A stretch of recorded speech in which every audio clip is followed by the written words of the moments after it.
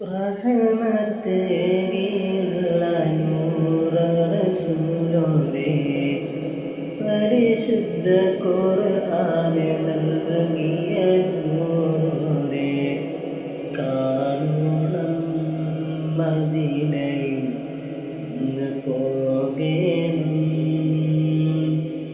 കാണണം നബിയോരെ റൗളയിൽ പോകേണം.